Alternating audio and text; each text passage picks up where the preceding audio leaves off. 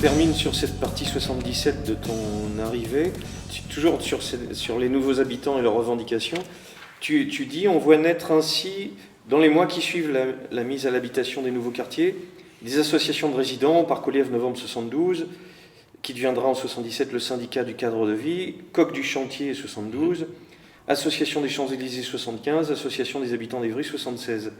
Ces associations se créent à la fois pour obtenir de la ville ou des promoteurs des améliorations matérielles du cadre de vie, pour contester la prise en main des maisons de quartier par la mairie au travers des vraies animations et des élus nommés au conseil d'administration. Et je voudrais que tu précises juste la phrase qui est après, parce que ça aussi, historiquement, ça a beaucoup changé. Et là, tu te dis, qu'est-ce que j'ai écrit Chacune est animée par un noyau de militants souvent issus des mouvements chrétiens de gauche. Roger Parizeau, Eliane Michaeli au Parc aux Lièvres, le couple Almeras au Chantier du Coq, des parents d'élèves engagés à l'FCPE, Ghislaine Roire et Évréen, des militants au PSU, au Parti Socialiste, que nous retrouverons aux élections municipales de 77. Tu peux nous redire, nous qui sommes... tu es un vieux jeune, en quoi les chrétiens de gauche étaient une part forte de l'animation du Parti Socialiste? Ça paraît complètement fou pour aujourd'hui. Tellement les chrétiens sont moins présents dans la vie politique. Oui, et les chrétiens de gauche ont encore plus disparu que les autres. Et mais à l'époque, il y avait... On va dire leur envie de partager ou de bienveillance font qu'ils sont militants dans des associations. À l'époque, il y avait un courant chrétien de gauche très fort en France. C'est eux qui ont transformé la vieille CFTC en CFDT. Oui.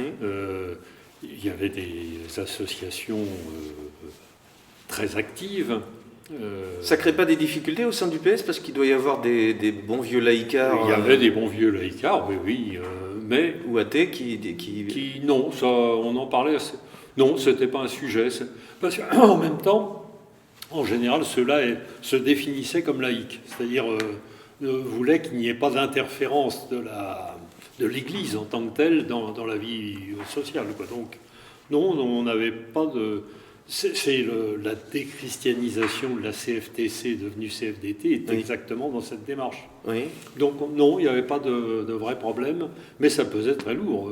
Dans la ville, ceux que je cite, là, c'était des vrais militants. Et puis, cette bienveillance ou ce bénévolat, c'est une ressource énorme pour un parti et pour une ville. Et pour une ville, oui, parce que, comme je le dis, ils animaient les fêtes de quartier, les clubs sportifs, tout ça, c'est eux qui les créaient. Là, on glisse doucement, ils ne sont pas forcément parents d'élèves, ils peuvent l'être aussi, ou ils peuvent l'être par ailleurs. À l'époque, ils avaient tous 35 ans. Donc ils étaient parents, par définition. Ce que je veux dire par là, c'est qu'un parent d'élève va animer le temps que son enfant soit dans le collège, puis arrêter, alors que là, on a affaire à des gens qui sont des militants, c'est-à-dire qui continuent. Sont des militants, oui. Alors ils ont continué après, pour la plupart, puisque tous ceux que je cite, là, sauf quand ils ont quitté le quartier, ils sont restés militants actifs ensuite. Tu peux expliquer un peu plus, même s'ils ont beaucoup écrit, c'est les quelques qui ont écrit, le couple Almeras, le projet, puisque là ça va nous permettre de glisser sur ma deuxième partie, qui sont des acteurs importants de la culture et du social sur la ville. Non, pas Almeras.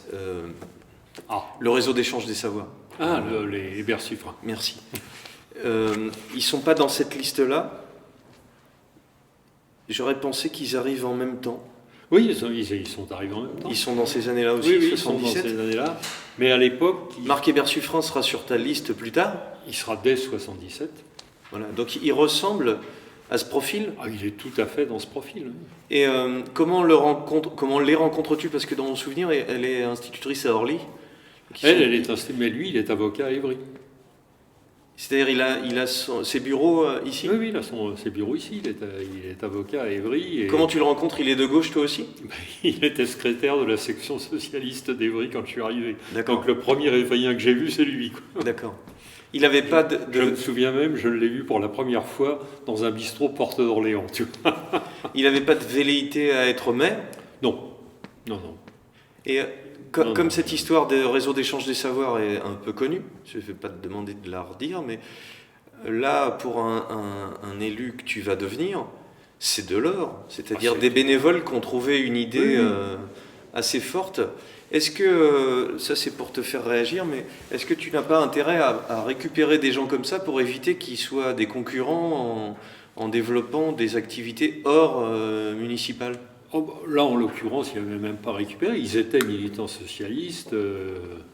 Parce Donc, qu'à l'époque, un bénévole ou un militant associatif voit la continuité de son action oui. dans le parti. Oui, oui. Et ça a changé. À l'époque, on se remplissait, l'EPS se remplissait de militants associatifs. Oui, oui. Ça, Ou syndicaux. Ça a Associatifs beaucoup ou syndicaux, changé. ou les deux. Oui. Parce qu'on voit un déficit Ouais, des intermédiaires aujourd'hui, mais il y a un déficit politique, syndical et associatif, oui. mais le passage de l'un à l'autre est un problème. Oui, oui, non. À l'époque, c'était vraiment le vivier de recrutement.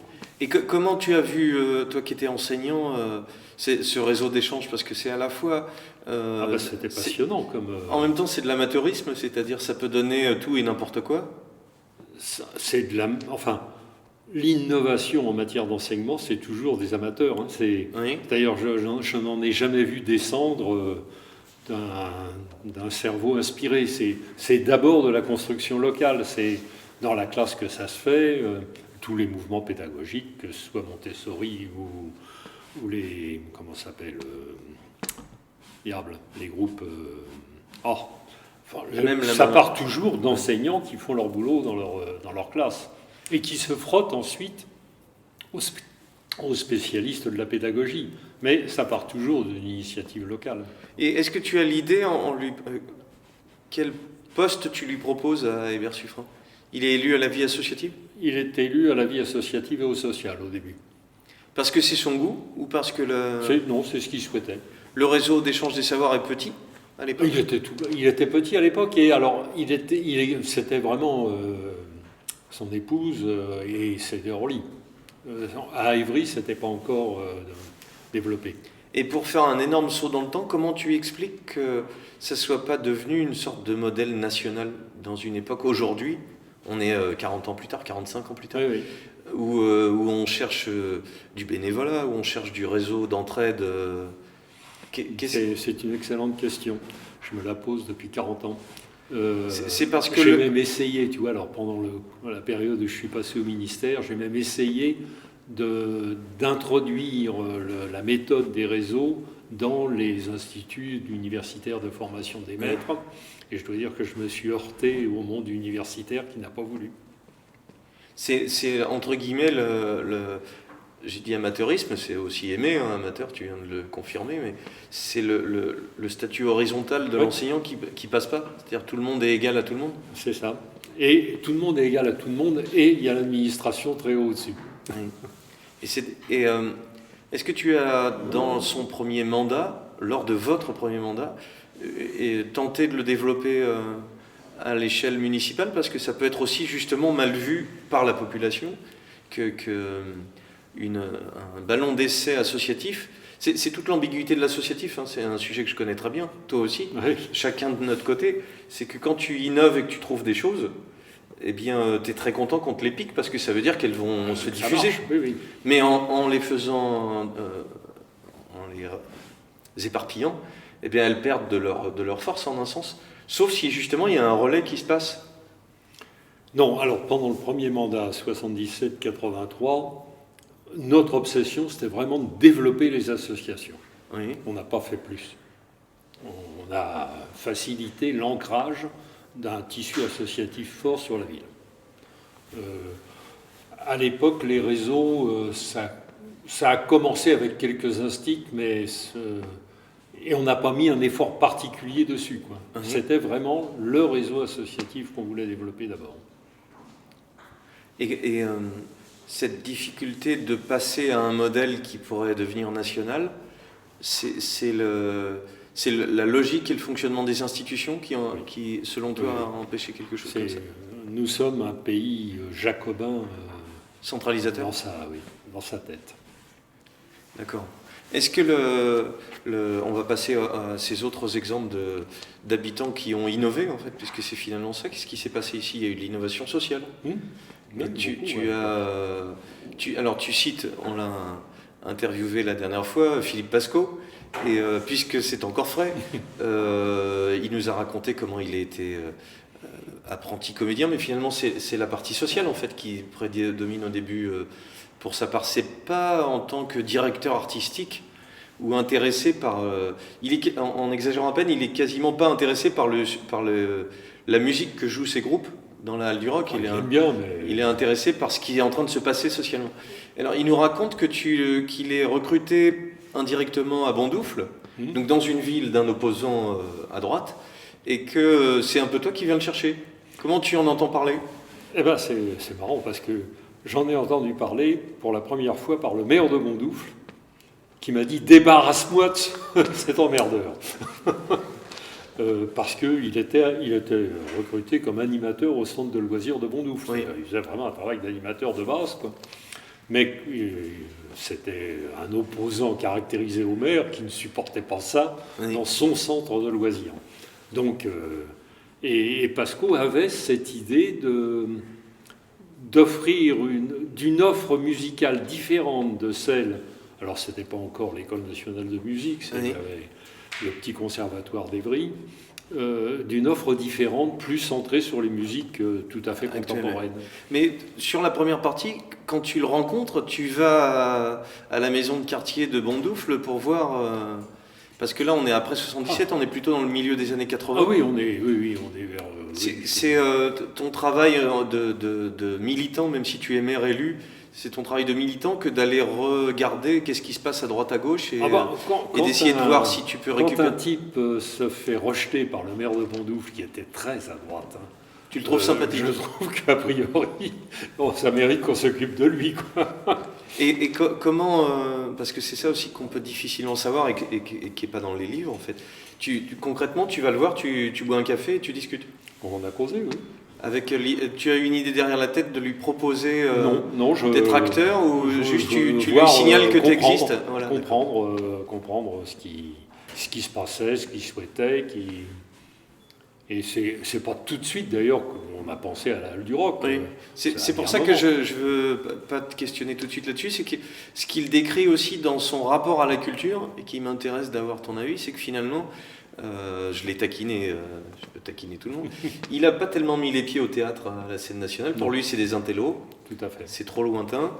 Lui, il nous dit qu'il fait à la fois des concerts du théâtre, mais en même temps du catch. Et je comprends tout à fait que si j'avais Bernard Castéra à ta place, il me dirait c'est pas ma conception de la culture. Parce que je connais les deux, en fait, je comprends assez bien les deux. C'est pas forcément, on a évolué sur le sujet, c'est pas forcément une culture savante contre une culture populaire, c'est plus compliqué. Oui. Oui. Comment tu le perçois, parce que finalement, on a affaire à quelqu'un qui fait de l'action culturelle, mais alors si je dis bas de gamme, c'est très dévalorisant de dire ça. Non, c'est vraiment pas ça. C'est pas de l'action culturelle bas de gamme, c'est le travail culturel comme moyen de construire des personnalités. C'est-à-dire, je suis allé voir, les groupes de rock, les groupes de jeunes qu'il avait dans la Halle du Rock, c'était des gamins qui te faisaient peur dans la ville, quoi. Oui. Et quand tu les voyais bosser pendant une nuit entière pour arriver à répéter un peu le lendemain, tu me disais qu'ils étaient en train de se construire, qu'ils étaient en train de devenir un peu des adultes, quoi, et qu'en tout cas, ils étaient mieux armés à partir de là pour affronter la société. Et alors, il y a une intuition de Philippe Pasco qui correspond un peu à notre situation d'aujourd'hui, c'est qu'il ne veut pas que ça soit un lieu repéré. Oui. Il veut que ça soit dans un petit truc... Il voulait cacher. Et je pense qu'une des tensions, enfin je la suppose, il ne me l'a pas tout à fait confirmé, c'est que si toi tu es élu et qu'il y a une réussite, tu as tout intérêt à fabriquer de la visibilité, à demander des concerts, à demander des disques, des choses comme ça. Et j'ai l'impression qu'il persiste à vouloir rester dans son petit trou, parce que c'est aussi une façon de ne pas faire peur aux jeunes, pour qu'ils ne se sentent pas avalés par une institution culturelle. C'est vrai qu'il était là-dessus... Je ne lui ai jamais demandé d'organiser des concerts. Alors, il y a un ou deux groupes qui sont sortis de chez lui, qui sont arrivés à en faire après. Oui, oui. Donc, ça aurait pu se faire, mais ce n'était pas mon sujet. Mais mon sujet, c'était avant tout qu'il fasse progresser les gars qui allaient chez lui. Et c'est ce qui se passait, donc... Même si c'est toujours une personnalité pas toujours simple à vivre, son travail était positif. Et c'est là où le glissement dont on parlait tout à l'heure, qui est un peu notre sujet d'aujourd'hui, c'est que c'est plus social que culturel. Le culturel sert presque de prétexte. C'est-à-dire que ce qui est produit, à la fin, le résultat, il peut être médiocre ou très bon, c'est indifférent. Tu trouves que je suis injuste C'est si je dis encore ça? mieux quand c'est de bonne qualité, mais ce qui était de bonne qualité, c'est vraiment la constitution de groupe, l'effort de répéter ensemble, ça c'était bon. C'est social. Oui, c'est social, mais c'était inséparable du travail sur la musique. Donc, moi je me refuse à trop séparer social et culturel. Ah oui? Je pense que le séparer trop, c'est un peu enfermer la culture dans les musées. Ah ben, c'est pas négligeable ce que tu dis. On va s'arrêter là. Du coup, ça chauffe, dis donc.